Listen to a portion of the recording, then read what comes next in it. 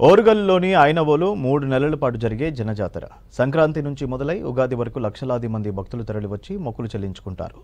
జాతర సమీపిస్తున్న ఈసారి ట్రస్ట్ బోర్డుపై స్పష్టత కరువైంది. మళ్లీ తాత్కాలిక జాతర కమిటీ పరిమితమవుతారన్న చర్చ జరుగుతుంది.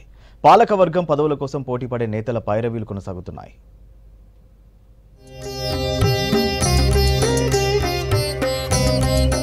రాష్ట్రంలో ప్రముఖ శైవ క్షేత్రాల్లో ఒకటిగా విరాజిల్లుతున్న ఐనవోలు మల్లికార్జున స్వామి దేవాలయానికి ఓ ప్రత్యేకత ఉంది. శివసత్తుల పూనకాలు, ఒగ్గు పూజారుల ఆటపాటలు, సాంప్రదాయ నృత్యాలు, గొల్లకేతమ్మ, బలిజమేడలమ్మ సమేతంగా కొలువైన మల్లికార్జున స్వామి దర్శనానికి తెలంగాణతో పాటు ఇతర రాష్ట్రాల నుంచి భక్తజనం భారీ సంఖ్యలో తరలివస్తారు.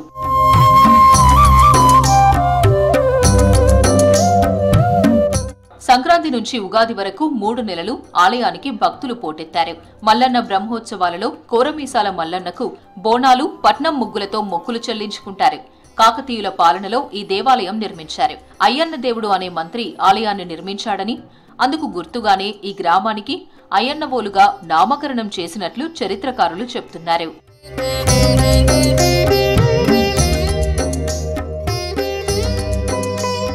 మల్లికార్జున స్వామి బ్రహ్మోత్సవాలను విజయవంతం చేయడంలో కీలకమైన ఆలయ ట్రస్ట్ బోర్డు విషయంలో ఇప్పటి వరకు క్లారిటీ లేదు. గతేడాది నియమించిన ట్రస్ట్ బోర్డుపై హైకోర్టులో కేసు నడుస్తుండగా ఇప్పుడు జాతర సమీపిస్తుండటంతో కొత్త కమిటీ ఏర్పాటుపై స్పష్టత కరువైంది.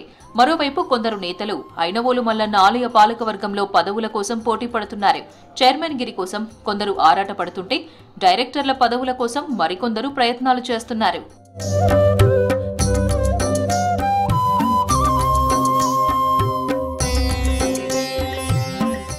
బ్రహ్మోత్సవాలు వచ్చే జనవరి 13 నుంచి ప్రారంభం కానున్నాయి.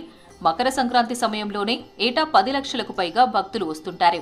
ఈ మేరకు ఆలయంలో ఏర్పాట్లతో పాటు భక్తులకు ఇబ్బందులు తలెత్తకుండా చర్యలు చేపట్టడంలో ఆఫీసర్లతో పాటు ట్రస్ట్ బోర్డుది కీలక పాత్ర. మొత్తం 14 మందితో ట్రస్ట్ బోర్డు ఏర్పాటు చేశారు. ఆలయంలో వాటాదారుడైన జైపాల్ను ట్రస్ట్ బోర్డు నియమించడంపై అభ్యంతరం వ్యక్తం చేస్తూ ఓ వ్యక్తి హైకోర్టును ఆశ్రయించారు. దీంతో ట్రస్ట్ బోర్డు నియామకం చెల్లదంటూ హైకోర్టు ఉత్తర్వులు ఇచ్చింది.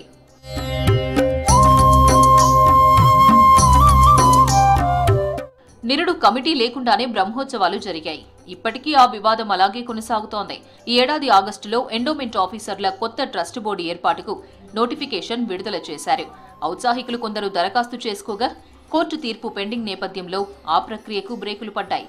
ఆలయ పాలకవర్గ ఏర్పాటుకు నోటిఫికేషన్ జారీ చేసి కొందరి నుంచి దరఖాస్తులను స్వీకరించాలి. ఆ తర్వాత రూల్స్ ప్రకారం అర్హులను గుర్తించి ఎండోమెంట్ కమిషనర్ ద్వారా ట్రస్ట్ బోర్డును ఏర్పాటు చేయాల్సి ఉంటుంది. కానీ స్థానిక నేతల సిఫార్సుల మేరకే ట్రస్ట్ బోర్డు ఎంపిక ఉంటుందని ప్రచారం జరుగుతోంది.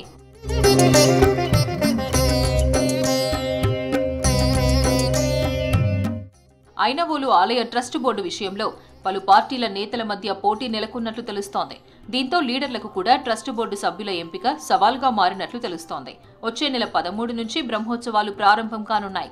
కానీ ఇప్పటి వరకు ట్రస్ట్ బోర్డు ఏర్పాటుపై క్లారిటీ వస్తుందో లేదోననే చర్చ జరుగుతోంది.